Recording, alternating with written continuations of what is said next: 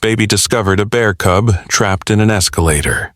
What he did next shocked mall security. The Saturday afternoon crowd moved through Riverside Mall like a river of shopping bags and conversations, their footsteps creating a steady rhythm against the polished marble floors. Jessica Brooks held her 2-year-old son, Connor's hand, as they walked past the fountain near the food court, where water danced in patterns that caught the afternoon sunlight streaming through the glass ceiling. Connor's eyes followed everything with the wonder that only toddlers possessed, his small fingers occasionally pointing at colorful displays or the balloons tied to a vendor's cart near the toy store. The mall hummed with its usual energy. Families moving between stores, teenagers gathered near the phone accessories, kiosk, and the distant sound of the carousel on the third floor playing its cheerful tune over and over again. Jessica stopped to check her phone for a message from her husband about dinner plans, her grip on Connor's hand loosening for just a moment as she typed a quick response.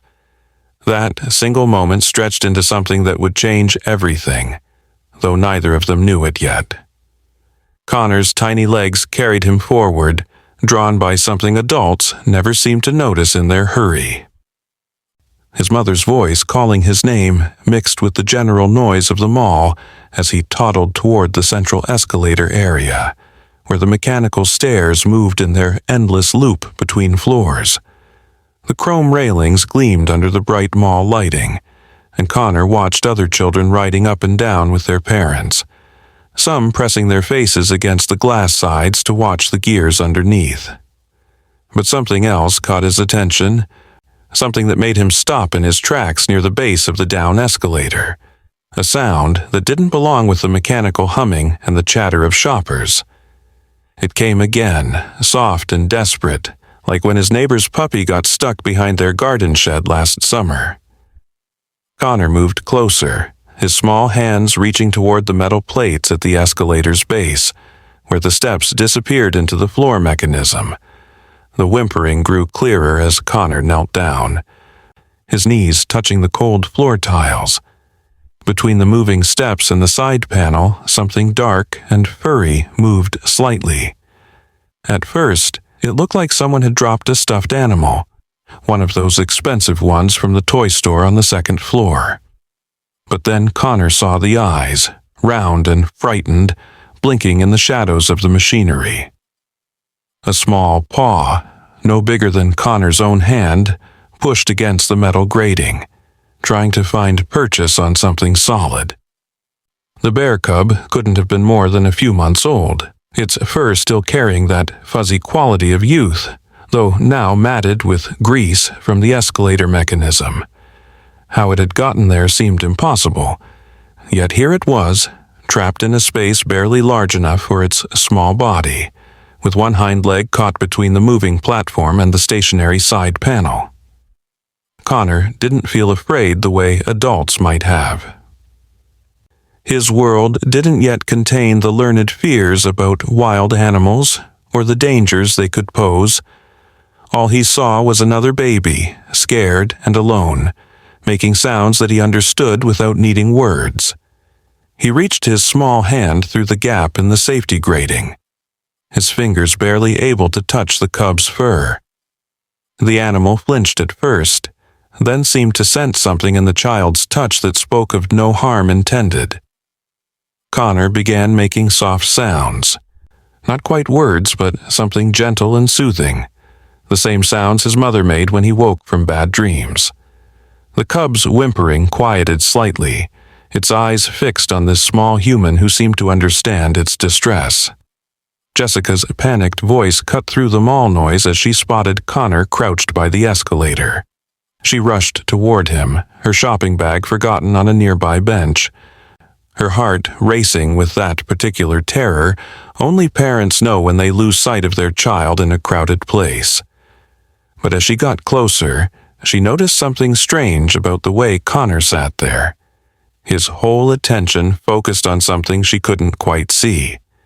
Other shoppers began to notice too, some stopping to watch this toddler who seemed to be having a conversation with the escalator itself. An elderly woman tapped Jessica's shoulder, asking if everything was all right, but Jessica could only stare at her son, who turned to look at her with those serious eyes children get when they're trying to communicate something important. "Baby," Connor said, pointing insistently at the gap near the escalator's base. Baby stuck. His vocabulary at 2 years old consisted mainly of simple words and phrases, but the urgency in his voice made several people lean closer. Jessica knelt beside him, trying to see what had captured his attention so completely.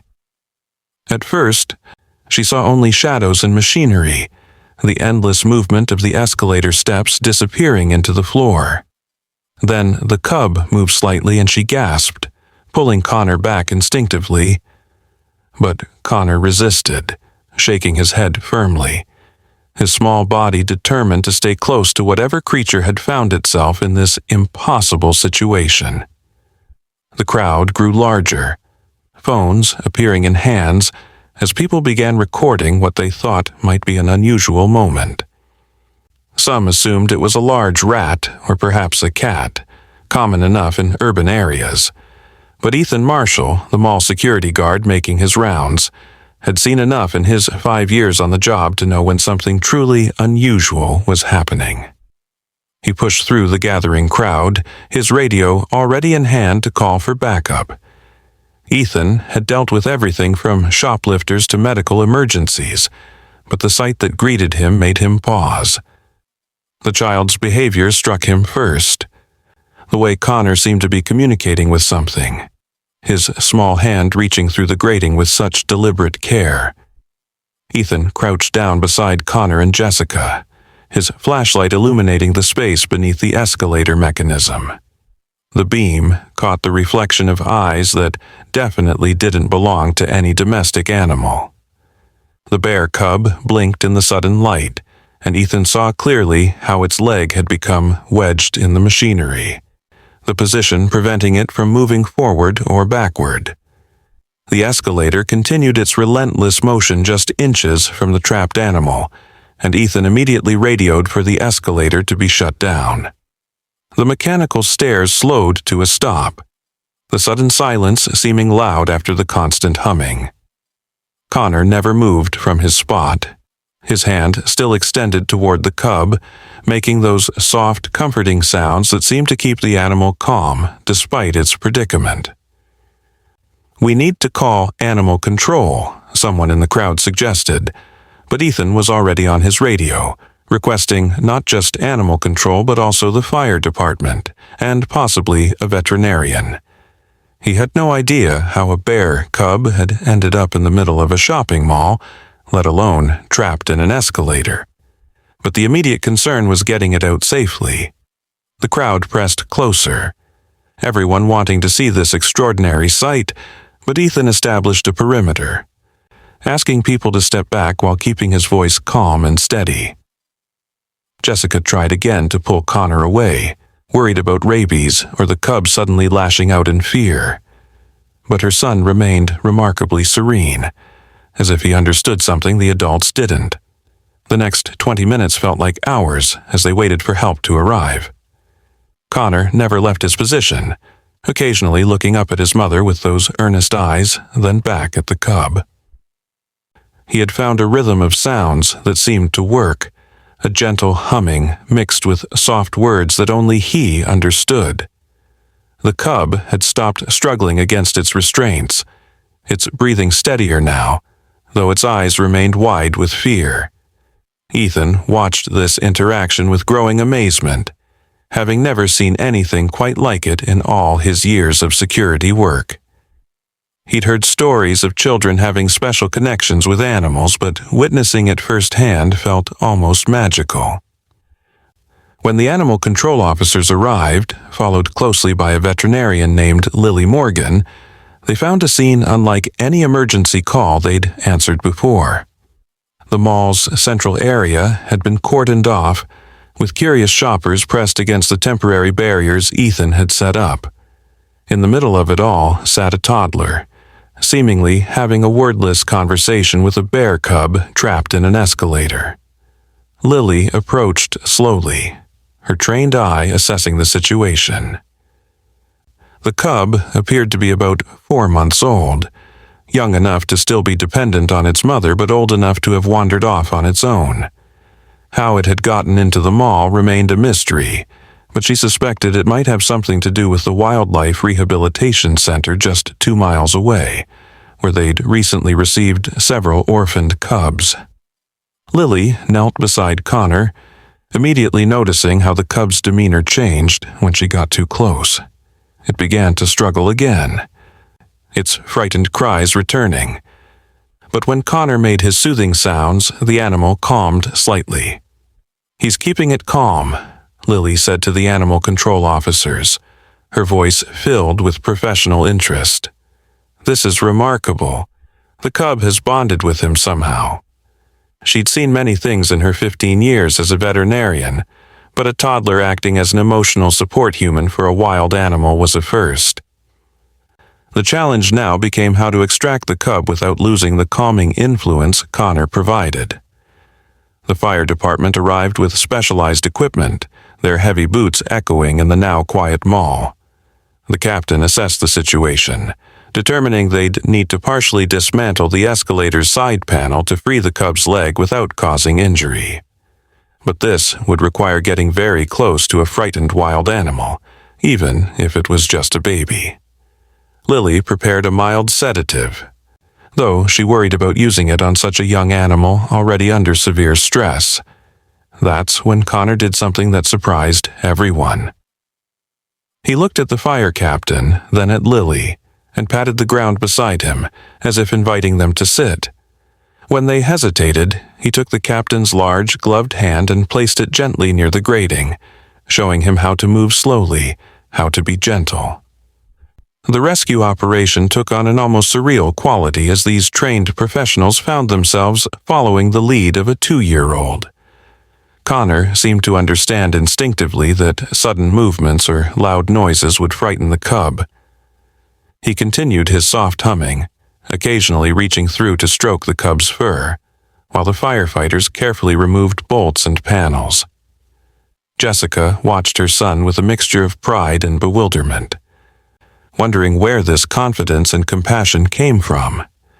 She'd always known Connor was special, the way all parents think their children are special, but this felt different, like watching him reveal a gift she hadn't known existed. As the panel came loose, revealing more of the cub's predicament, Lily could see that the leg wasn't broken, just severely wedged. The cub had probably been exploring, following scents through the mall's ventilation system or service corridors, and had tried to climb through a space too small for its body. Young animals often got themselves into such situations, but rarely in such public and unusual places. She prepared her equipment while the firefighters created enough space to work, all while Connor maintained his vigil, his presence the only thing keeping the cub from panicking completely. The moment of extraction required precise coordination. Lily needed to guide the cub's leg out at just the right angle while the firefighters held the panel steady. Connor seemed to sense the importance of this moment, his humming growing slightly louder, more insistent, as if telling the cub to trust them. When Lily gently maneuvered the trapped limb, the cub cried out once, a sound that made everyone freeze. But Connor immediately responded with a sound of his own, something between a coo and a whistle, and incredibly, the cub relaxed just enough for Lily to complete the extraction. Free at last, the bear cub's first instinct might have been to run, but its leg was sore, and it remained disoriented from its ordeal. Lily quickly but gently secured it in a special carrier, one designed for young wildlife. But the cub's eyes remained fixed on Connor, and when the toddler waved bye-bye, the animal made a small sound in response that brought tears to several onlookers' eyes. The crowd that had gathered erupted in spontaneous applause, though Connor seemed puzzled by all the attention. To him, he'd simply helped a baby who was stuck, no different from helping his friend at daycare who got his foot caught in the playground equipment last week. As Lily prepared to transport the cub to the rehabilitation center, she approached Jessica and Connor. She explained that the cub was likely one of 3 orphans they'd received recently after their mother was hit by a car. The cubs had been kept in an outdoor enclosure while they acclimated, but this one must have found a weakness in the fencing and escaped. "Your son probably saved its life," Lily told Jessica. "If it had remained trapped much longer, or if it had panicked and injured itself further, we might have lost it." She paused, studying Connor with professional curiosity. "Has he always been this way with animals?" Jessica thought about the question, remembering countless moments that suddenly seemed significant. The way Connor always knew when their cat was feeling sick before any symptoms showed. How birds seemed to land near him at the park, unafraid. The time he'd led her to an injured squirrel in their backyard, insisting they help it. "I guess he has," she admitted. "But nothing like this. Nothing this extraordinary." Lily handed her a business card, suggesting that when Connor was older, he might be interested in their youth volunteer program at the rehabilitation center. "Children like him, with this natural empathy for animals, they're rare and precious," she said. The story might have ended there, with the cub safely transported to veterinary care and the mall returning to its normal Saturday afternoon rhythm. But Connor's connection to the bear cub had created something that couldn't be easily broken. Over the next few days, Jessica received calls from Lily, updating them on the cub's condition. Its leg healed quickly, as young animals often do, but something interesting happened at the rehabilitation center. The cub, which had been progressing well with its siblings, began showing signs of distress. It wouldn't eat properly and spent most of its time at the fence, looking out toward the road, making the same soft sounds Connor had made during the rescue. Lily, who had seen many orphaned animals in her career, recognized this as more than typical adjustment anxiety. She'd witnessed the remarkable bond formed during those tense minutes at the mall, and though it went against conventional wildlife rehabilitation protocols, she wondered if a visit from Connor might help. When she called Jessica with the suggestion, she emphasized that this would be highly unusual and would need to follow strict safety guidelines. Jessica hesitated, worried about encouraging an attachment that couldn't last. But Connor had been asking about the baby bear every day since the rescue, drawing pictures of it with his crayons and telling everyone at daycare about his new friend. The visit to the rehabilitation center took place on a quiet Tuesday morning, with only essential staff present. Connor wore the special jacket Lily had provided, one that carried the sense of the rehabilitation center to make him less threatening to the animals. As they approached the outdoor enclosure where the 3 cubs were kept, Connor began making those same soft sounds he'd made at the mall. The effect was immediate and remarkable. The rescued cub, which had been lying listlessly in a corner, suddenly perked up, moving toward the fence with an energy it hadn't shown in days. The reunion, observed from a safe distance with proper barriers between them, lasted only 15 minutes, but it changed everything.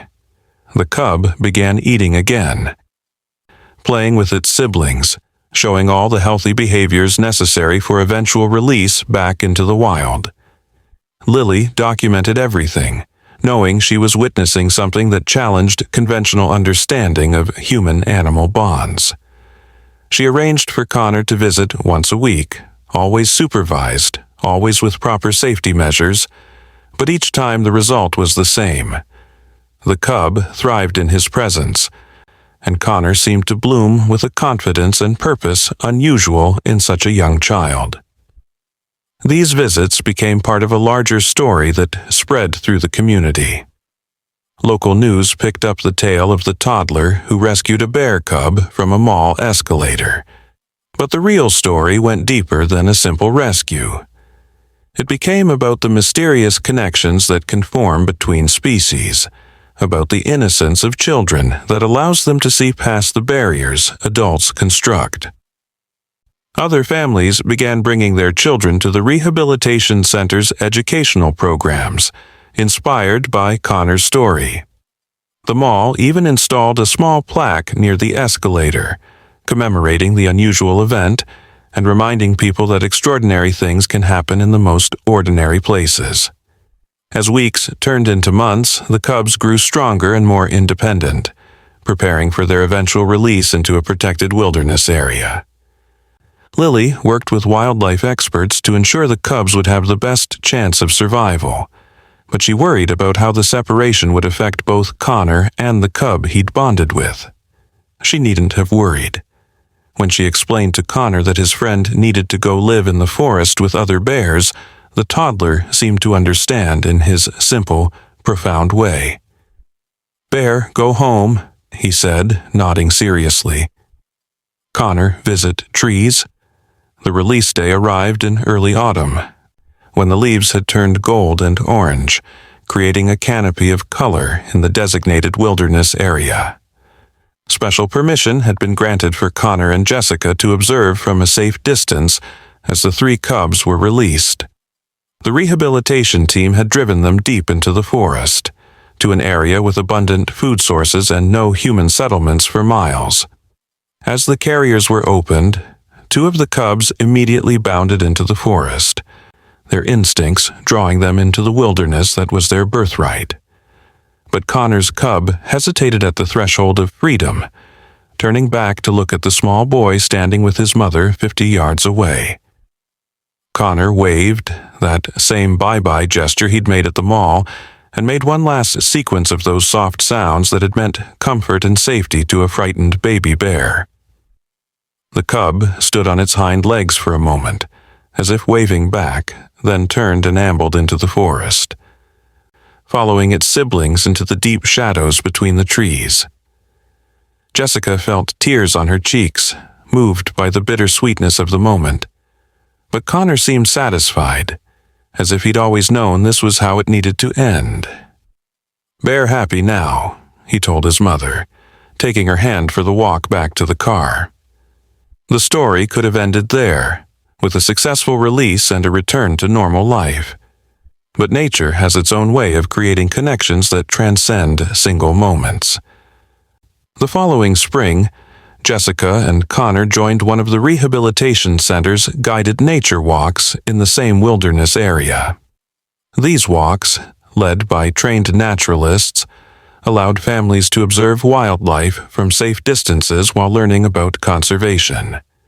As their group paused at a clearing to observe some deer, Connor suddenly became very still, his attention focused on a cluster of trees to their left.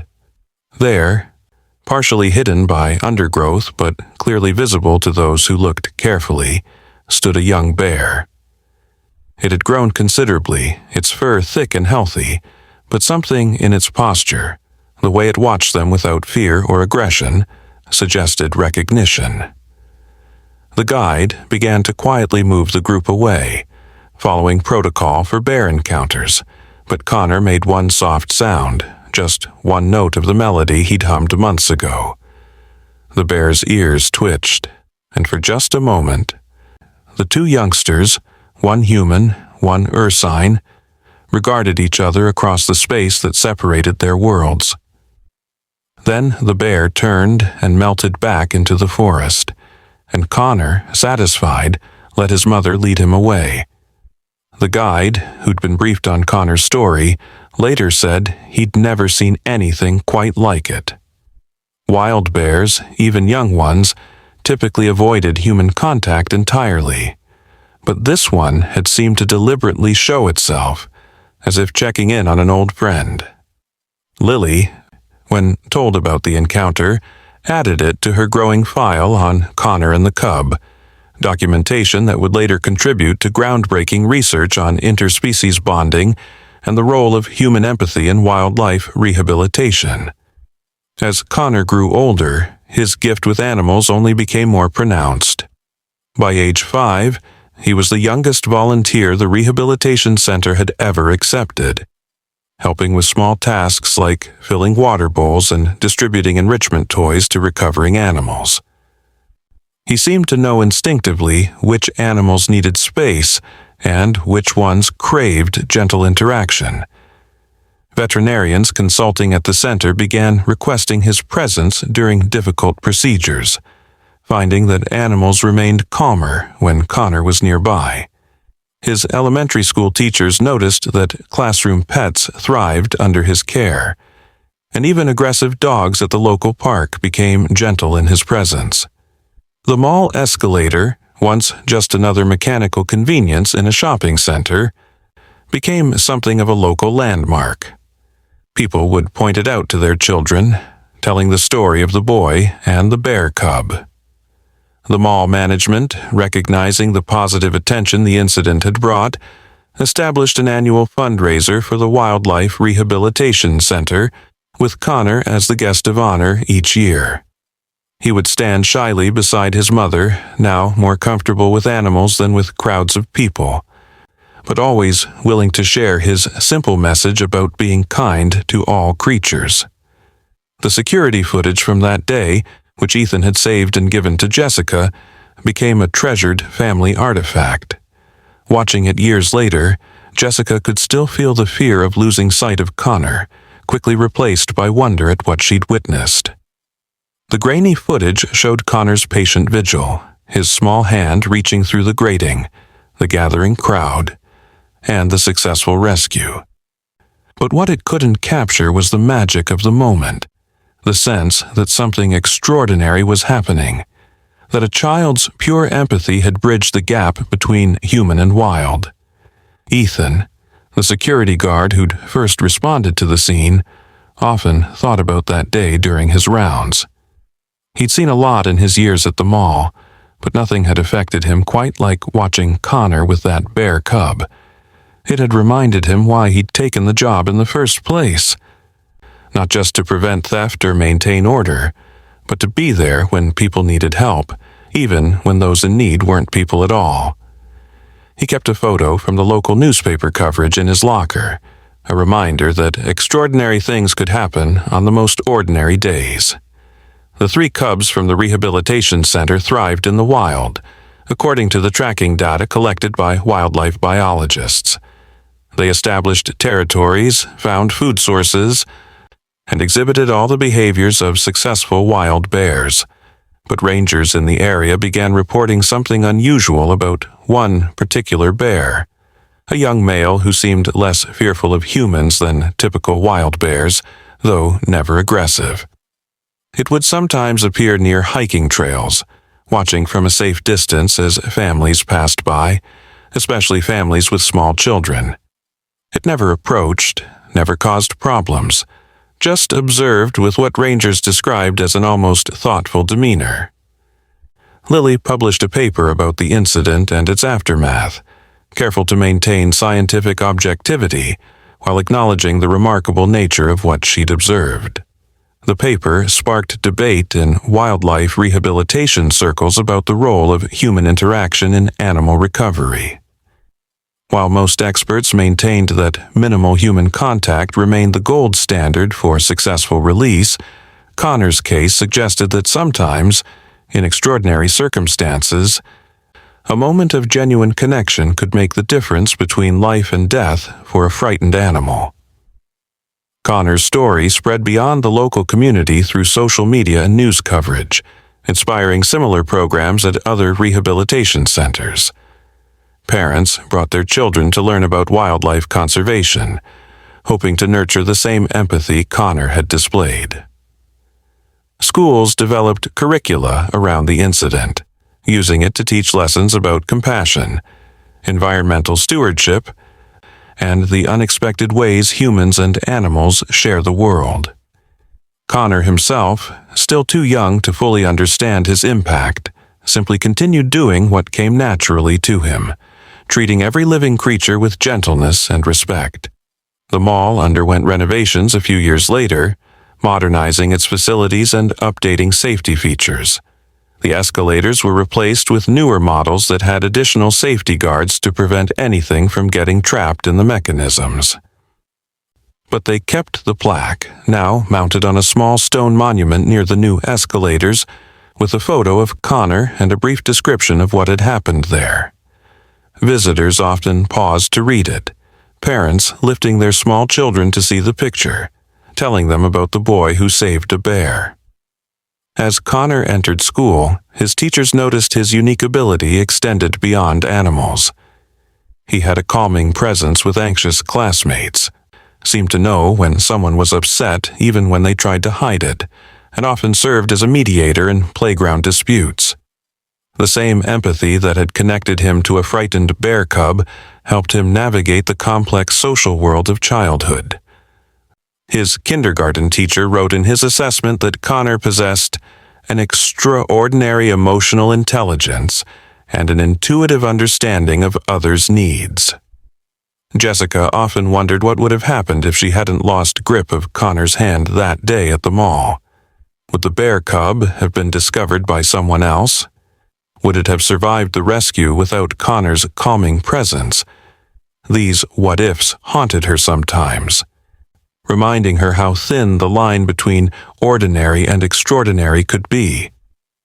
She'd learned to give Connor a little more freedom, trusting his instincts, though she still felt her heart race when he approached unfamiliar animals with that same fearless compassion. The Wildlife Rehabilitation Center expanded its programs, inspired in part by Connor's story. They created a special program for children who showed particular empathy for animals, teaching them how to channel that gift safely and effectively. Connor became the program's unofficial mascot, though he remained more interested in the animals than in any recognition. The center's director often said that Connor had taught them as much about animal behavior as any textbook or training course, showing them that sometimes the most effective approach came from pure, uncomplicated compassion. Local veterinarians began referring difficult cases to the rehabilitation center when Connor was volunteering, finding that his presence could calm even the most distressed animals. One veterinarian, Dr. Michael Hayes, documented several cases where animals that had been deemed too aggressive or fearful to treat became manageable when Connor spent time with them. He wrote in his notes about a feral cat that had attacked 3 staff members but allowed Connor to sit quietly nearby, eventually accepting treatment without sedation. These incidents, while anecdotal, began forming a pattern that suggested something beyond mere coincidence. The bear cub's siblings, also released into the wild, showed normal bear behavior according to tracking studies. They avoided humans, foraged successfully, and integrated into the wild bear population. But Connor's bear, as it came to be known among the rangers, maintained its unique behavior pattern. It never caused problems, never raided campsites or garbage cans like some bears did. Instead, it seemed to have developed an unusual coexistence with the humans who shared its territory, maintaining distance while showing none of the usual fear or aggression. Wildlife biologists debated whether this was a positive adaptation or a concerning anomaly. Connor's younger sister, born when he was 4, showed no particular affinity for animals, being a perfectly ordinary child who liked dolls and drawing. This reinforced to Jessica and her husband that Connor's gift was something unique to him, not a family trait or learned behavior. They watched as Connor gently introduced his sister to the family pets, teaching her through example how to be gentle and patient. She adored her big brother, following him around and mimicking his careful movements around animals, though she lacked his intuitive understanding. The annual fundraiser at the mall grew larger each year, eventually becoming one of the city's premier charity events. Local businesses donated prizes for auctions. Families attended to hear Connor, growing more articulate each year, talk about wildlife conservation. The event raised enough money to fund a new medical facility at the rehabilitation center, which they named the Connor Adams Wildlife Care Unit. Connor, now 7, cut the ribbon at the opening ceremony, still more comfortable standing next to the recovered animals being displayed than at the podium with the microphone. One particularly memorable incident occurred when Connor was 8. A Canada goose had crashed into the mall's glass entrance, stunning itself and causing panic among shoppers as it flapped around the food court, disoriented and aggressive. Security prepared to call animal control again, but someone remembered Connor lived nearby. Jessica brought him to the mall, where he approached the agitated bird with the same calm confidence he'd shown years earlier. Within minutes, the goose had calmed enough for Connor to gently guide it outside, where it flew away unharmed. The security team, many of whom remembered the bear cub incident, just shook their heads in amazement. The local university's animal behavior department began studying Connor's interactions with animals, with his parents' permission. Using non-invasive observation techniques, they documented his body language, vocalizations, and the responses of various animals to his presence. Their preliminary findings suggested that Connor exhibited a combination of extremely subtle, non-threatening body language and vocalizations in frequencies that seemed particularly soothing to non-human animals. But even the researchers admitted that science couldn't fully explain the almost magical quality of his gift. As Connor approached his 10th birthday, a documentary filmmaker contacted the family about creating a film about his story.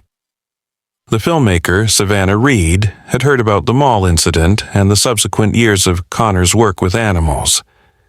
She envisioned a documentary that would explore the broader themes of human-animal connection and the importance of empathy in conservation efforts. After much discussion, the family agreed, with the understanding that Connor's comfort and the welfare of any animals involved would be the top priority. The documentary filming brought Connor back to the mall, now nearly 8 years after the original incident. Standing by the escalator, taller now, but still with that same gentle demeanor, Connor reflected on that day with a clarity that surprised everyone. He remembered the fear in the cub's eyes, the feeling of its fur under his small fingers, the moment when trust replaced terror. "I just knew he needed help," Connor said simply to the camera. "Just like when you see someone crying, you know they're sad. The bear was crying in its own way." The documentary crew also filmed at the rehabilitation center, capturing Connor's work with various animals. One powerful scene showed him sitting quietly in an enclosure with an injured hawk that had been deemed too aggressive to handle without thick gloves. Connor sat perfectly still for nearly an hour, occasionally making soft clicking sounds, until the hawk hopped onto a perch near him, calm and unthreatening. The center's director explained to the camera that this hawk had injured 2 volunteers before Connor's arrival, but with Connor present, it accepted treatment without resistance. The film crew even attempted to find Connor's bear in the wild, using tracking data and working with rangers who knew its typical territory. They set up remote cameras in areas where the bear had been spotted, hoping to capture footage of it. What they eventually filmed exceeded everyone's expectations. The bear, now fully grown and impressive in its adult size, appeared at a clearing where Connor and the crew were filming scenery shots. It stood at the forest edge for several minutes, clearly aware of the humans but showing no fear or aggression, before disappearing back into the trees. Connor and the bear never directly interacted, maintaining the important boundary between wild and human. But the mutual acknowledgement was unmistakable. The documentary, titled "The Boy Who Speaks Bear," premiered at a wildlife film festival and won several awards. But more importantly for Connor and his family, it raised awareness about wildlife rehabilitation and the importance of teaching children empathy for all living creatures. Schools across the country began showing the film as part of their science and character education curricula. Connor received letters from children around the world who had been inspired by his story to be kinder to animals and more aware of wildlife in their own communities. As Connor entered middle school, his gift evolved from an unusual childhood trait into something more purposeful. He began studying animal behavior more formally, reading everything he could find about wildlife biology and conservation. His teachers noted that while he struggled with some traditional subjects, he excelled in anything related to life sciences.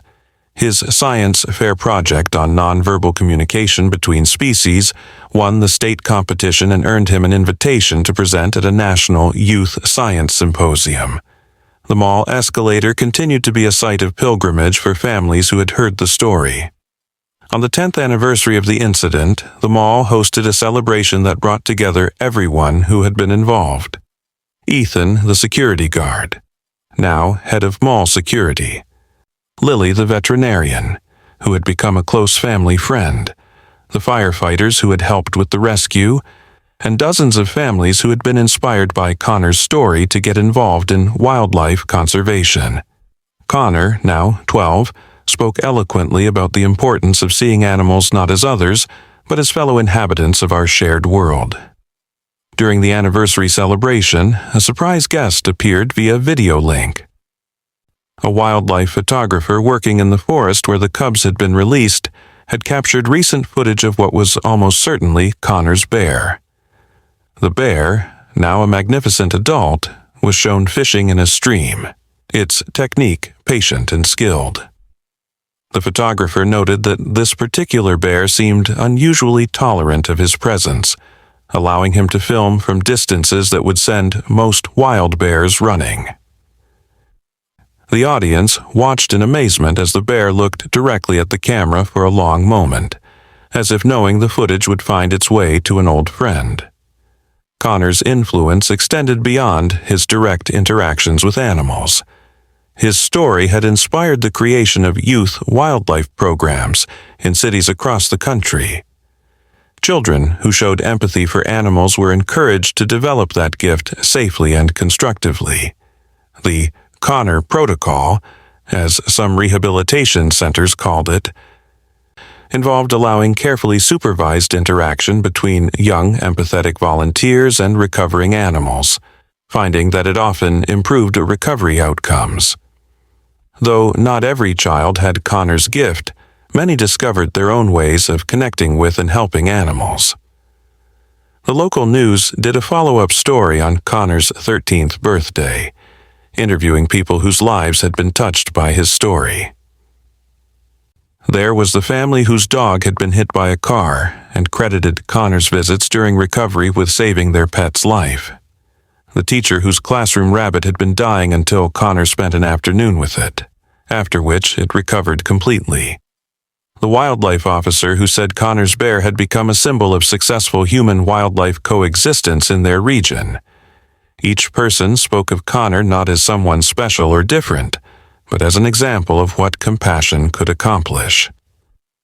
Jessica, reflecting on the journey that began with a moment of inattention at a shopping mall, often thought about the role of chance in their lives. If Connor hadn't wandered off at that exact moment, if the bear cub hadn't chosen that particular escape route, if Ethan hadn't taken Connor's behavior seriously, everything might have been different. But she'd come to believe that perhaps it wasn't entirely chance. Perhaps Connor and that bear cub were meant to find each other, to create a moment that would ripple outward in ways no one could have predicted. The bear cub's escape route into the mall was eventually discovered during the renovations. It had apparently entered through a loading dock that had been left open during a delivery, then found its way through service corridors following the scent of food from the food court. The path it had taken was so convoluted and unlikely that maintenance workers couldn't understand how such a young animal had navigated it. But animals, as Connor often said, had their own kind of intelligence, their own ways of understanding the world that humans could only guess at. Connor's high school years brought new challenges and opportunities. He joined the environmental club, started a wildlife photography blog that gained thousands of followers, and began giving talks at elementary schools about animal empathy. Universities began expressing interest in him, not just for his grades, but for his unique perspective and experience. Marine biology programs, veterinary schools, and wildlife conservation programs all saw in Connor someone who could contribute something special to their fields. The Rehabilitation Center, which had grown significantly thanks in part to the attention Connor's story had brought, established a scholarship in his name for young people interested in wildlife careers.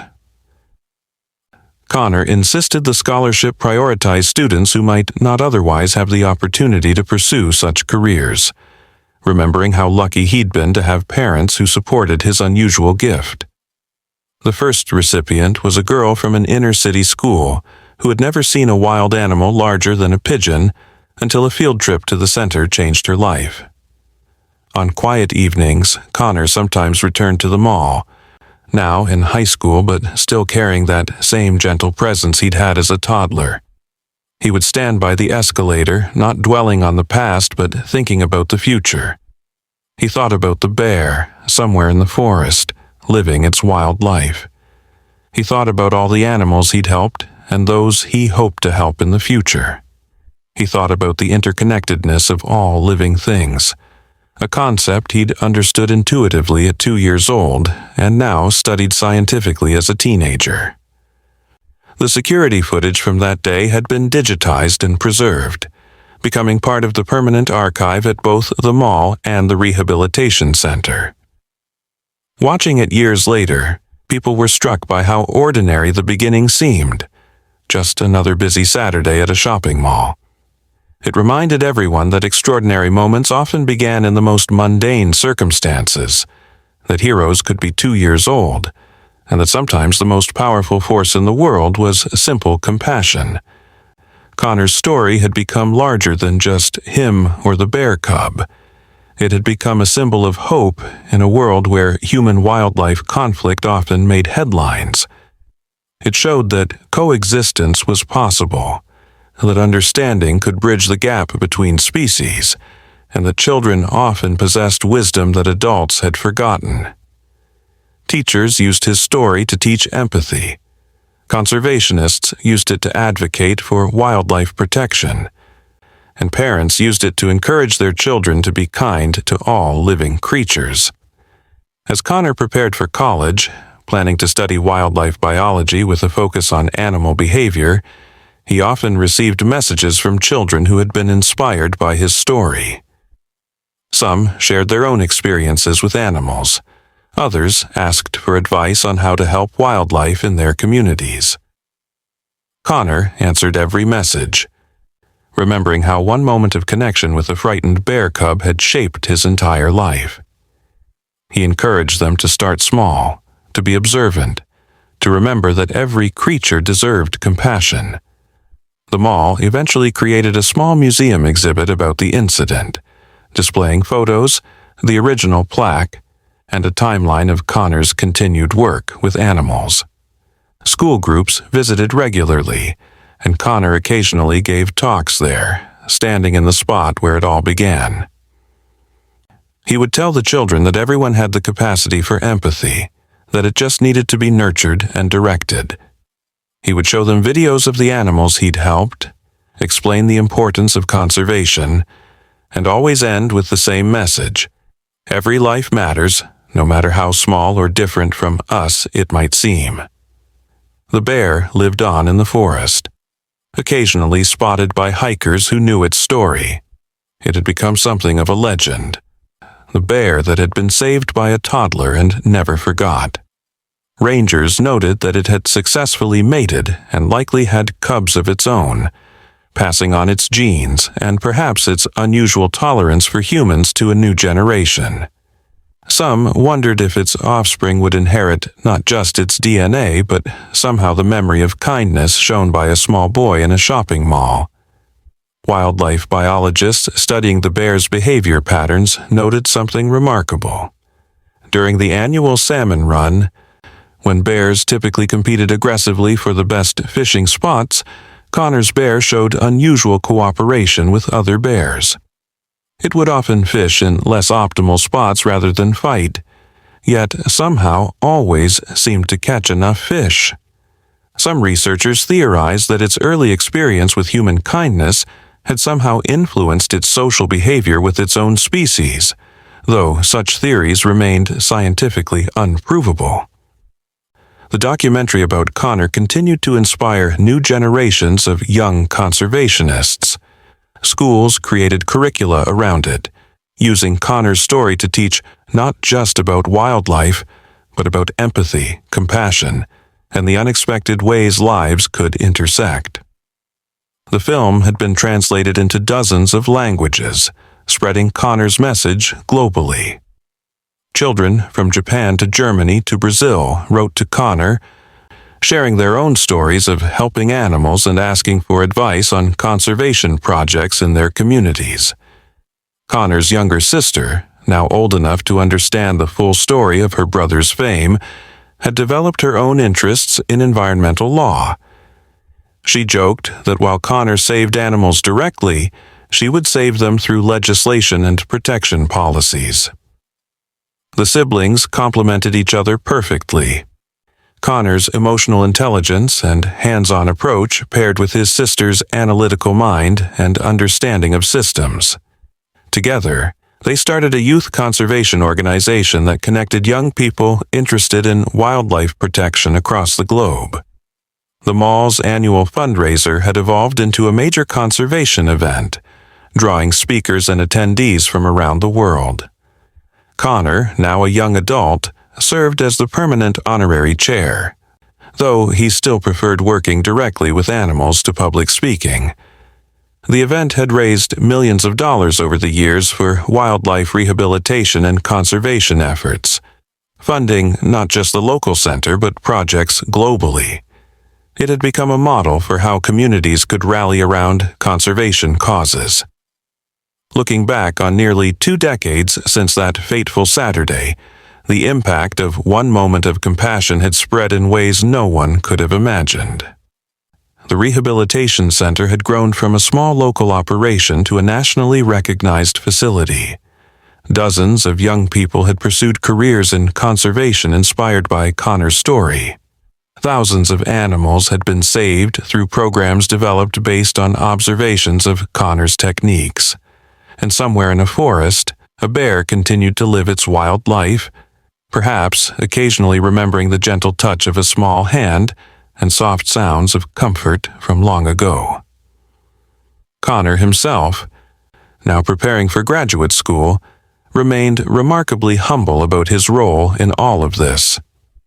When interviewed for the 15th anniversary of the incident, he reflected that he had simply done what felt right at the moment. "The bear needed help, and I was there," he said simply. "I think we all have moments like that, where we can choose to help or walk away. I'm just glad my mom let me stay and help that day." He laughed, adding that his mother still occasionally reminded him about wandering off in the mall, though now with pride rather than concern. The Escalator area of the mall had become almost shrine-like, with people leaving small donations for wildlife causes and children's drawings of bears and other animals. The mall management had embraced this, creating a donation system where visitors could contribute to wildlife conservation directly. The spot where Connor had knelt by the escalator was marked with a small bronze handprint, child-sized, with a plaque reading simply, "Where Compassion Met Wild." Parents would place their children's hands in the print, telling them the story and encouraging them to be kind to all creatures. Scientific papers had been written about the incident and its aftermath, examining everything from the neurological basis of human-animal empathy to the implications for wildlife rehabilitation practices. While scientists couldn't fully explain Connor's gift, they had documented enough similar cases to suggest that some humans possessed an innate ability to communicate across species barriers. This research had led to new approaches in animal-assisted therapy, wildlife rehabilitation, and even zoo management, all building on insights gained from studying Connor's interactions with animals. The firefighters who had helped with the rescue still told the story to new recruits, using it as an example of how emergency situations could require thinking outside the box. The captain, now retired, kept a photo from that day in his home, showing Connor guiding his hand toward the trapped cub. That little boy taught me more about staying calm under pressure than 20 years of training, he would say. The fire department had since developed special protocols for animal rescue situations, partly inspired by the lessons learned that day. Ethan, the security guard who had first responded, had gone on to become head of security for the entire mall chain. He implemented training programs that emphasized the importance of taking all situations seriously, no matter how unusual they might seem. He often told new security guards about Connor and the bear, reminding them that their job was about more than just preventing theft or managing crowds. Sometimes, he would say, you're there to help facilitate miracles. The bear's story had become part of local folklore, with some embellishment over the years. Some claimed to have seen it watching over lost hikers, guiding them back to trails. Others swore it had warned campers about approaching storms. While most of these stories were likely exaggeration or misidentification, rangers did confirm that the bear showed unusual behavior patterns, including what appeared to be deliberate avoidance of areas where humans might be vulnerable. Whether this was learned behavior from its early experience or mere coincidence remained a topic of debate. Connor's parents, Jessica and her husband, had written a book about their experience raising a child with such an unusual gift. They shared the challenges of keeping Connor safe while allowing him to develop his abilities, the judgment from others who didn't understand, and the joy of watching their son find his purpose so young. The book became a resource for other parents of children who showed similar empathetic gifts, helping them navigate the balance between nurturing special abilities and maintaining normal childhood experiences. As Connor's story spread through academic circles, it influenced policy discussions about urban wildlife management. Cities began considering how to create safer passages for wildlife that might wander into urban areas, inspired by the near tragedy that had brought Connor and the bear together. Wildlife crossings, better fencing around rehabilitation centers, and improved protocols for handling animals in urban settings all traced some inspiration back to that day at the mall. The rehabilitation center created an archive of Connor's work with animals, documenting his techniques and their outcomes. This became a valuable resource for training new wildlife rehabilitators, showing them alternative approaches to working with frightened or aggressive animals. While not everyone could replicate Connor's natural gift, many learned from his patient, calm approach and his emphasis on seeing each animal as an individual with its own fears and needs. Connor's high school graduation had been attended by representatives from wildlife organizations around the world, all hoping to recruit him for their programs. He chose a university known for its innovative approach to conservation biology, one that emphasized both scientific rigor and the importance of human-animal connections. His acceptance essay, which began with, "When I was 2, I met a bear," had moved the admissions committee to tears and became required reading for all incoming conservation biology students. The mall underwent another renovation as Connor entered college, this time creating a permanent wildlife education center in partnership with the rehabilitation facility. The center, located near the famous Escalator, offered interactive exhibits about local wildlife, conservation efforts, and of course the story of Connor and the bear. It became a popular field trip destination, educating thousands of children annually about the importance of protecting wildlife and showing compassion to all living creatures. During Connor's freshman year of college, he received unexpected news. The bear had been photographed with cubs of its own, 3 healthy youngsters following their mother through the forest. The photographer noted that the mother bear showed the same unusual tolerance for human presence, allowing unprecedented documentation of bear family behavior. Connors smiled when he saw the photos, thinking about cycles of life and how one act of kindness could ripple through generations. The professor, teaching Connors' animal behavior class, often called on him to share his experiences, recognizing that Connor brought a perspective that no textbook could provide. His classmates initially saw him as a celebrity, the famous Bear Boy, but soon came to respect his deep knowledge and genuine passion for wildlife. Connor formed study groups that combined traditional academic learning with his intuitive understanding, helping classmates see animals not just as subjects to study, but as individuals deserving respect. Research into Connor's abilities continued at the university level, with Connor now old enough to be an active participant in designing studies. Brain scans showed unusual activity in areas associated with empathy and nonverbal communication when Connor interacted with animals. While this provided some scientific insight, Connor himself maintained that the gift wasn't about special brain patterns but about being present, patient, and genuinely caring about the animal's well-being. The annual mall fundraiser celebrated its 20th year with Connor as the keynote speaker, now a graduate student researching innovative approaches to human-wildlife coexistence. He stood at the podium, no longer the shy child who preferred animals to audiences, but still carrying that same gentle presence. He spoke about how a moment of childhood curiosity had shaped not just his life, but had created a movement of compassion that continued to grow. He announced a new initiative, funded by the event, to create wildlife education programs in underserved communities, ensuring that all children had the opportunity to develop empathy for animals. The bear, now elderly by wild bear standards, was last photographed near the same clearing where it had been released so many years ago.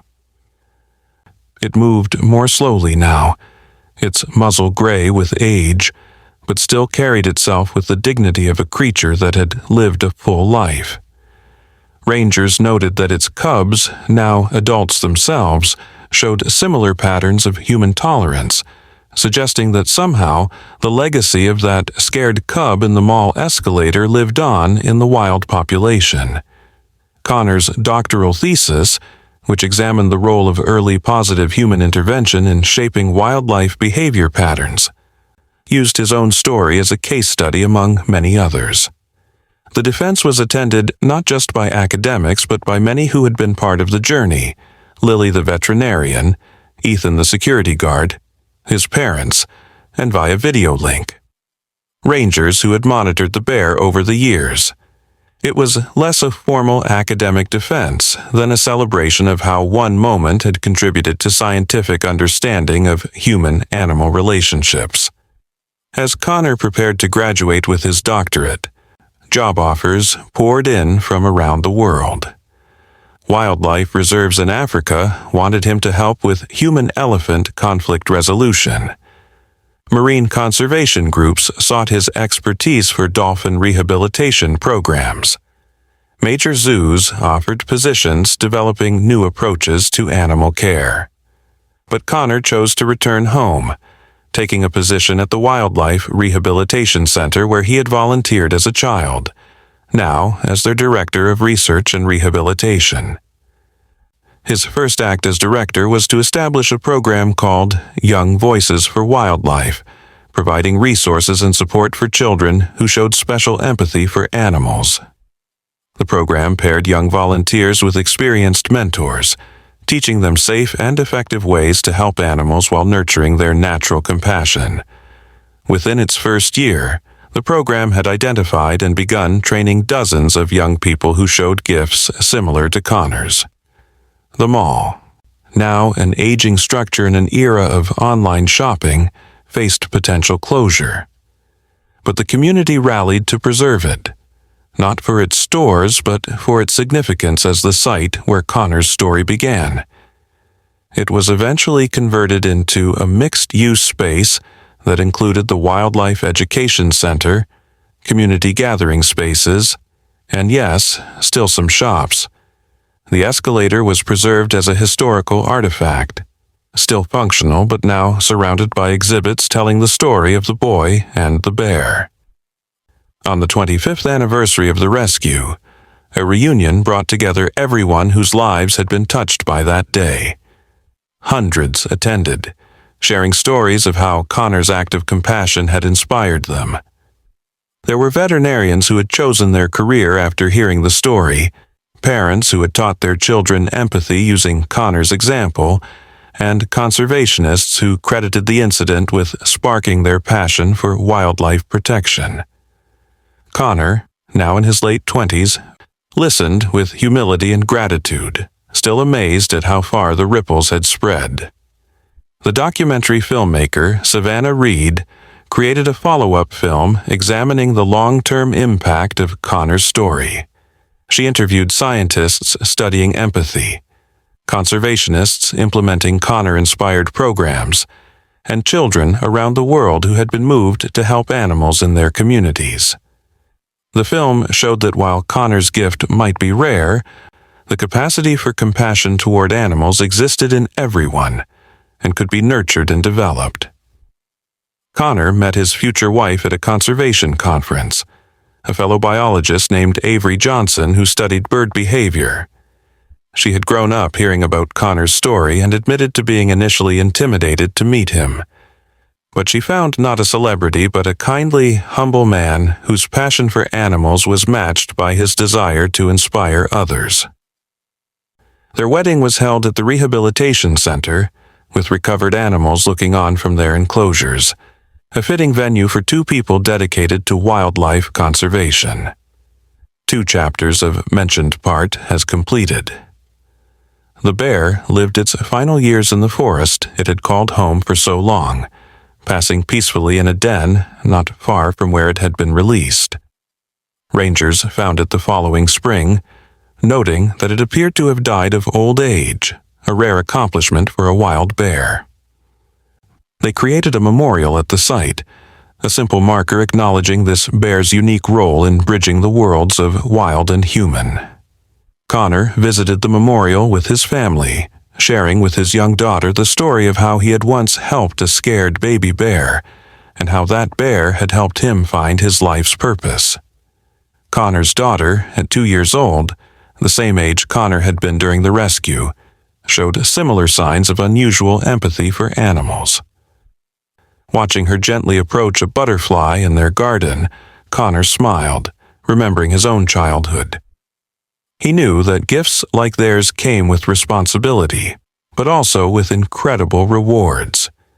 As she looked up at him with eyes full of wonder, holding the butterfly that had landed trustingly on her small finger, Connor saw the cycle beginning again. Another generation ready to bridge the gap between human and wild with nothing more powerful than simple compassion. The story of Connor and the bear became required reading in many elementary schools, not as a fairy tale but as a true story that demonstrated the power of empathy. Teachers used it to discuss topics ranging from wildlife conservation to emotional intelligence, from community responsibility to the importance of listening to children. The story had been adapted into children's books, translated into dozens of languages, each version carrying the same message. That kindness transcends species, that compassion can change lives, and that sometimes the smallest hands can perform the biggest rescues. Scientific research inspired by Connor's abilities had led to breakthrough discoveries in animal cognition and interspecies communication. Universities established new programs studying human-animal bonds, using techniques developed from observing Connor's interactions.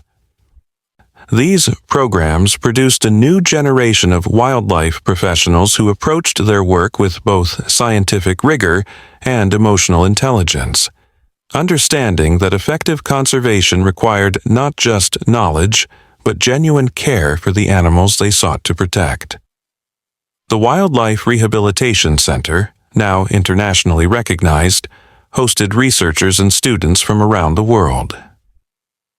They came to learn not just rehabilitation techniques, but the philosophy Connor had embodied since childhood, that every animal deserved respect, patience, and a chance at life.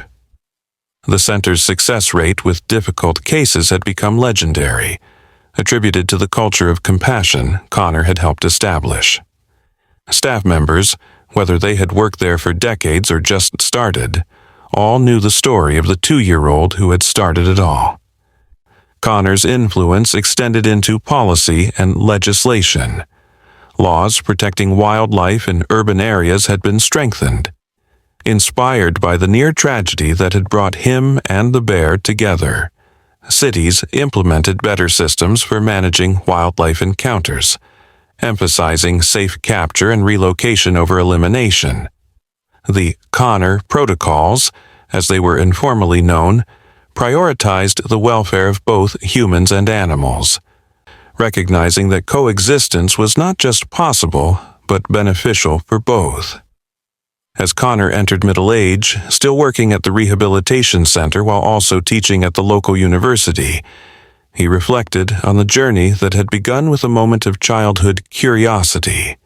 He had saved countless animals directly and inspired thousands of others to do the same. But more than that, he had helped shift how society viewed the relationship between humans and wildlife, from one of separation and fear to one of respect and coexistence. The scared bear cub in the Escalator had given him purpose, direction, and a lifetime of meaningful work. The mall escalator story had become modern folklore, told and retold with small variations but always carrying the same core truth. That compassion knows no boundaries, that children often see what adults miss, and that single moments of kindness can echo through generations. Parents brought their children to see the preserved escalator, now in its museum setting, using it as a starting point for conversations about empathy, responsibility, and the interconnectedness of all life. Connor's research had evolved to focus on preparing wildlife for a changing world, studying how animals adapted to human presence and how humans could modify their behavior to better coexist with wildlife. His work influenced urban planning, park design, and conservation strategies globally. Yet, he always returned to the simple principle he had understood intuitively as a toddler. Treat every creature with kindness and respect, and remarkable things could happen. The annual fundraiser continued to grow, now one of the largest wildlife conservation events in the country. Connor's daughter, showing the same gift as her father, had begun joining him on stage, sharing her own experiences with animals. Watching her speak with the same genuine passion he had shown at her age, Connor felt the continuity of purpose, the passing of a torch he hadn't known he was carrying until he had someone to pass it to. Local schools had developed entire curricula around wildlife empathy, using Connor's story as a foundation for teaching children about conservation. Students learned not just facts about animals, but how to observe them respectfully, how to help safely, and how to advocate for their protection.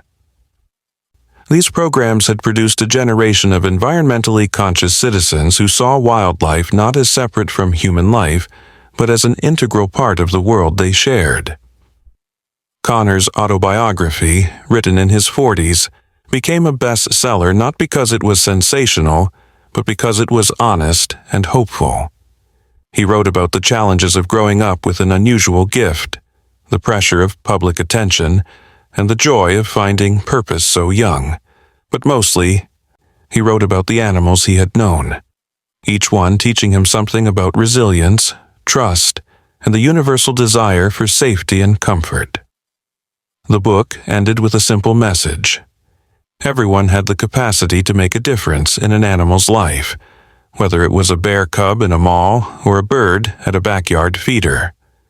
The bear's descendants thrived in the forest, a healthy population that showed unusual tolerance for human presence. Genetic studies suggested that this behavioral trait had indeed been passed down, creating a local bear population that coexisted remarkably well with the increasing human presence in their habitat. Some scientists called it rapid behavioral evolution. Others suggested it was learned behavior passed from mother to cubs. Connor believed it was simply the legacy of trust, passed down like any family tradition. As Connor approached retirement age, though he had no intention of retiring, he looked back on a life shaped by a single moment of childhood empathy. He had married, raised children who carried on his work in their own ways, and had helped save thousands of animals.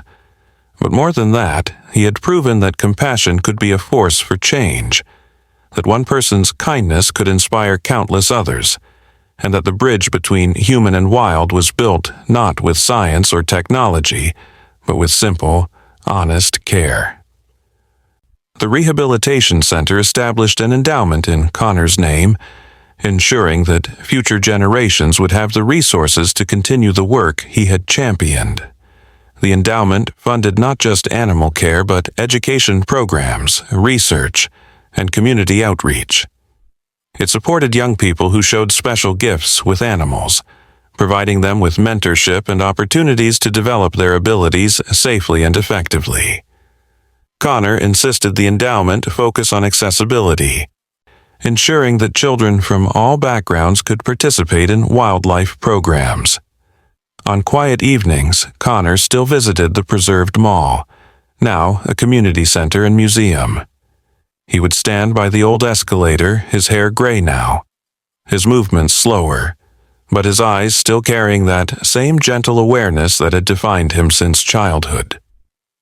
Sometimes children recognized him, approaching shyly to ask if he was really the boy from the story.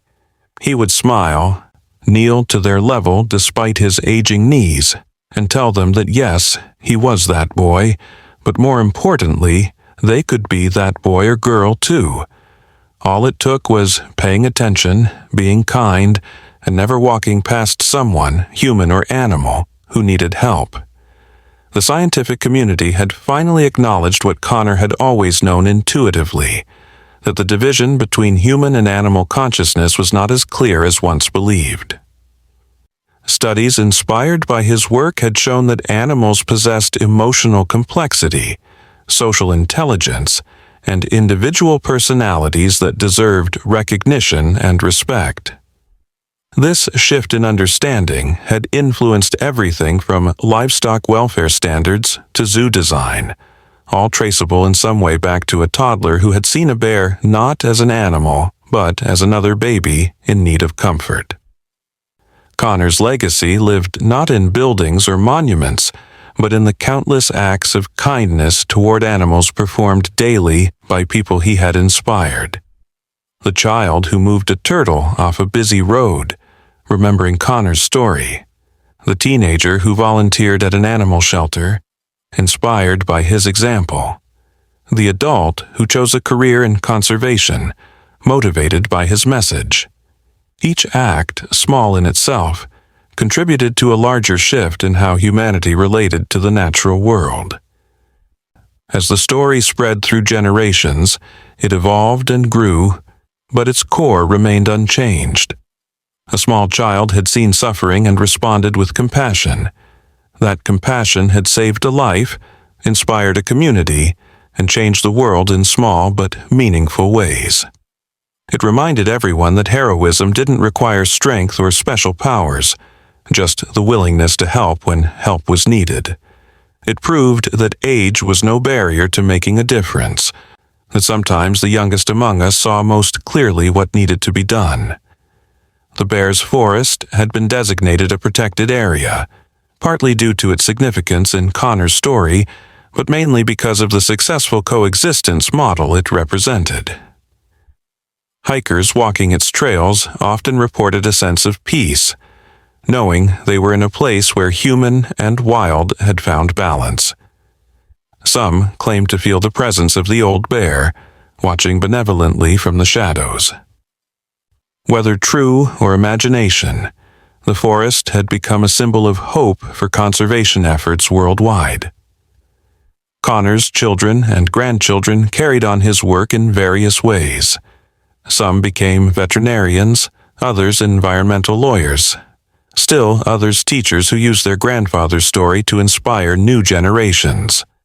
Family gatherings often included rescued animals, each with its own story of survival and recovery. The family tradition of compassion toward animals had become as natural as breathing, passed down like hair color or height, but consciously nurtured and celebrated. Educational institutions worldwide studied the Connor effect, the phenomenon of how one person's actions could inspire systemic change. Business schools examined how the mall had transformed a potential disaster into opportunity, becoming a destination because of its history. Psychology departments studied the development of empathy using Connor's childhood as a case study. Environmental programs used his story to demonstrate the importance of individual action in conservation efforts. As Connor entered his final years, still active but moving more slowly, he spent increasing time mentoring young conservationists. He taught them not just techniques for working with animals, but the philosophy that had guided his life, that every creature had intrinsic worth, that patience and kindness could accomplish more than force, and that the smallest acts of compassion could have the largest impacts. His students went on to lead conservation efforts globally, each carrying a piece of Connor's legacy forward. The annual celebration at the mall had evolved into a week-long conservation festival, drawing visitors from around the world. Connor, now the elderly statesman of wildlife rehabilitation, gave what he announced would be his final keynote speech. He spoke about the bear, long gone but never forgotten, about the moment that had defined his life, and about the future of conservation. He challenged the audience to find their own bear cubs, their own moments to choose compassion over indifference. The standing ovation lasted 10 minutes, but Connor had already turned his attention to a small child in the front row who was trying to show him a drawing of a bear.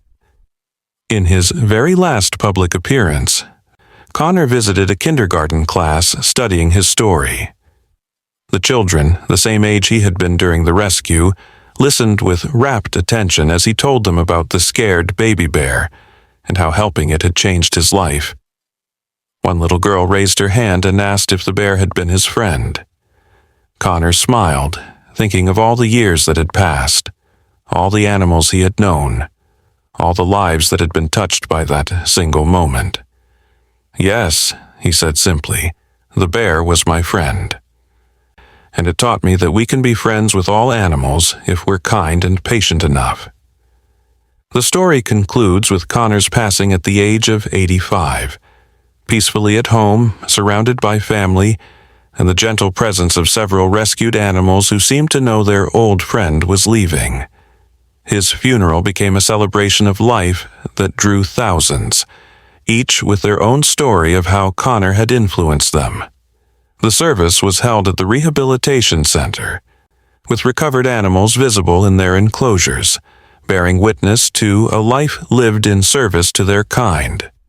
But the story didn't end with Connor's death. The Rehabilitation Center thrived, the education programs expanded, and most remarkably, a young bear was spotted near Connor's memorial in the forest. It showed no fear of the humans gathered there, watching from a respectful distance as they remembered the man who had bridged two worlds. Some said it was a descendant of the original bear. Others thought it coincidence. But those who understood Connor's legacy knew it was simply the continuation of a story that had begun with a frightened cub and a compassionate child. A story that would continue as long as there were those willing to extend a hand across the divide between human and wild. Years after Connor's passing, a new child wandered away from their parent in a different mall, in a different city, drawn by the sound of an animal in distress. The child's response, immediate and compassionate, echoed Connor's from so many decades before. The security guard who responded had heard Connor's story, knew what to do, how to trust the child's instinct. Another rescue, another life saved, another ripple in the endless pond of compassion that Connor had set in motion. The cycle continued. Proof that true legacy lived not in monuments or memories, but in the actions of those inspired to follow the example set by a 2-year-old boy who had simply refused to walk away from someone in need. The preserved mall had become a pilgrimage site for conservationists and animal lovers from around the world. They came to see the escalator, to read the stories, to understand how one moment had changed so many lives. But mostly they came to be reminded that they too could make a difference, that compassion was not a finite resource, but something that grew with use. They left with renewed purpose, ready to find their own opportunities to bridge the gap between human and wild, to extend kindness across species boundaries, to continue the work that Connor had begun. In schools around the world, children learned about Connor and the bear as part of their basic education. The story had been adapted into every medium imaginable, but the message remained constant. Empathy transcended species, compassion could change the world, and no one was too small to make a difference. Teachers reported that students who learned Connor's story showed increased empathy, not just toward animals but toward each other. As if understanding kindness in one context opened their hearts to kindness in all contexts. Scientific research continued to build on Connor's legacy, with new discoveries about animal consciousness and communication regularly credited to work inspired by his story. The Connor Institute for Human-Animal Studies had become a leading research facility, combining rigorous science with the compassionate approach Connor had embodied. Their work influenced policy worldwide, leading to stronger protections for wildlife and better understanding of how humans and animals could coexist peacefully. The forest where the bear had lived became a living laboratory for studying human-wildlife coexistence. Researchers documented how the bear population there showed unique behavioral adaptations that allowed them to share space with humans safely. These findings influenced wildlife management practices globally, showing that coexistence was not just possible but beneficial for both species. The forest trails featured educational signs telling Connor's story and explaining how visitors could practice the same respectful observation he had taught. Connor's descendants, now spread across the world, each carried forward his legacy in their own way. Some worked directly with animals, others in environmental law, education, or advocacy. But all shared the family tradition of stopping to help animals in need, of teaching children to be kind to all creatures, of seeing the natural world not as separate from human life, but as an integral part of it. Family reunions often included visits to wildlife centers, where Connor's great-grandchildren showed the same instinctive connection with animals that had defined their ancestor. The annual conservation festival had grown into an international event, rotating between cities but always returning to the original mall every 5th year. These gatherings brought together the world's leading conservationists, but also ordinary people whose lives had been touched by Connor's story.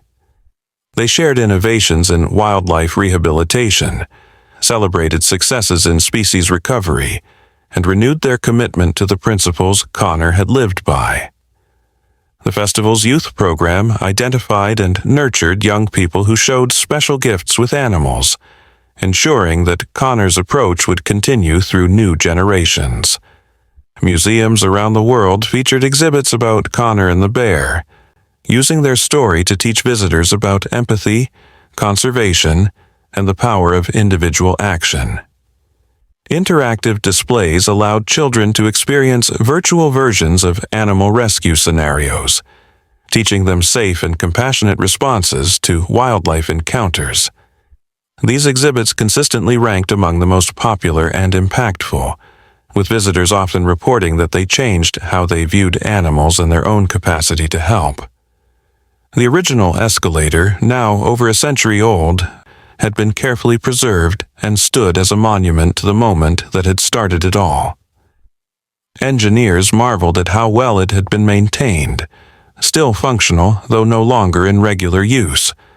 School groups would gather around it as guides told Connor's story, pointing out exactly where he had knelt, where the bear had been trapped, where the rescue had taken place. Children would place their hands on the bronze handprint, making wishes to be as brave and kind as Connor had been. Environmental historians traced the influence of Connor's story on the modern conservation movement, noting how it had humanized wildlife protection in a way that scientific arguments alone never could.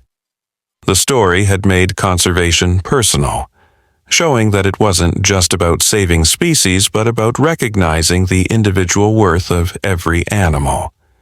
This shift in perspective had influenced everything from legislation to lifestyle choices, creating a more compassionate approach to environmental protection. As the world faced new environmental challenges, Connor's message became even more relevant. Climate change and habitat loss threatened wildlife globally, but the compassion and determination inspired by his story motivated new solutions. Young activists cited Connor as an influence, using his example to argue for stronger protections and more resources for wildlife conservation. His story proved that one person could make a difference, inspiring others to believe they could too. The Connor Foundation, established by his family after his passing, funded wildlife rehabilitation centers in underserved areas around the world. These centers operated on the principles Connor had demonstrated: patience, compassion, and respect for every animal, regardless of species or circumstance. The foundation also supported education programs that taught children in urban areas about wildlife, ensuring that even those far from wild spaces could develop empathy for animals. Technology had advanced to the point where virtual reality experiences could recreate Connor's rescue of the bear cub, allowing people to experience the moment from his perspective. These simulations, used in schools and museums, helped people understand the fear, determination, and compassion that had driven a 2-year-old to help a trapped animal. Users consistently reported that the experience changed how they viewed both animals and their own capacity for heroism. The bear population in Connor's forest had become one of the most studied in the world, providing insights into how wildlife adapted to human presence. Researchers noted that these bears showed decreased stress responses to human encounters, suggesting that the trust Connor had established with one cub had somehow influenced generations. This research influenced wildlife management globally, showing that positive early interactions could shape long-term coexistence patterns. Connor's story had been included in religious and philosophical texts as an example of pure compassion transcending rational thought. Theologians discussed how a child's unlearned empathy reflected divine love, while philosophers use the story to explore questions about consciousness, moral obligation, and the nature of interspecies relationships. The story had become more than just an inspiring tale. It had become a lens through which to examine fundamental questions about humanity's relationship with nature. Art, inspired by Connor's story, filled galleries worldwide. Paintings, sculptures, and installations explored themes of connection, compassion, and coexistence.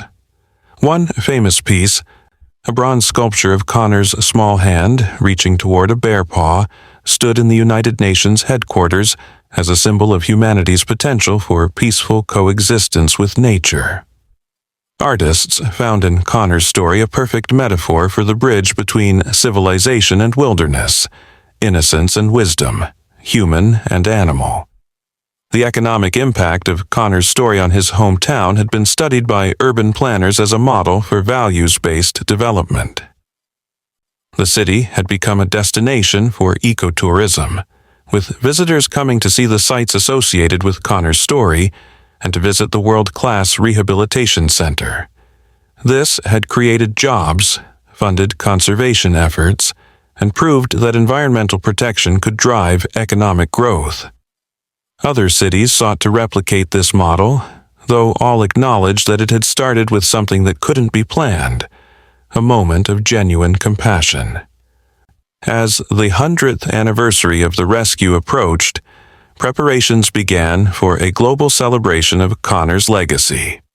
Conservation organizations worldwide planned synchronized events. Schools prepared special curricula, and the media produced retrospectives on how one moment had influenced a century of human-animal relationships. The Connor Institute announced new research initiatives, the foundation expanded its programs, and the Rehabilitation Center unveiled plans for a major expansion that would allow it to help even more animals. But perhaps the most fitting tribute came from an unexpected source. Deep in the forest, trail cameras captured something remarkable. A mother bear teaching her cubs to fish at the same spot where Connor's bear had been photographed decades earlier. The bears showed no fear as the hikers passed at a safe distance, the two species sharing the space in peaceful coexistence. It was exactly what Connor had always envisioned, a world where human and wild could exist together, not in conflict but in mutual respect. The story of Connor and the bear had become timeless, told and retold in countless variations, but always carrying the same essential truth, that compassion could bridge any divide, that no act of kindness was too small to matter, and that sometimes the most profound wisdom came from the youngest among us. It reminded each generation that they had the power to make a difference, that every creature deserved respect and care, and that the choice to help, when presented, could echo through time in ways no one could predict. As the sun set on the centenary celebration, thousands gathered at the old mall, now a monument to compassion. They held candles, creating a sea of light that could be seen from space, a beacon of hope for the future of human-wildlife relationships. Speakers from around the world shared how Connor's story had influenced their lives and work. Children who had never known a world without Connor's influence pledged to carry his message forward. And somewhere in the forest, bears moved through the shadows, living their wild lives in a world made safer by a little boy's refusal to walk away from someone in need. The celebration ended with a moment of silence, not in mourning, but in gratitude for the legacy of compassion Connor had left behind.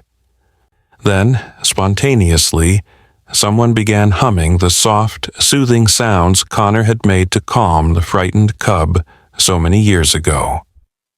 Others joined in, the sound spreading through the crowd and beyond, carried on the wind to the forest, where perhaps, just perhaps, the descendants of a rescued bear heard and remembered that humans could be friends, that kindness could transcend species, and that love, in its purest form, knew no boundaries.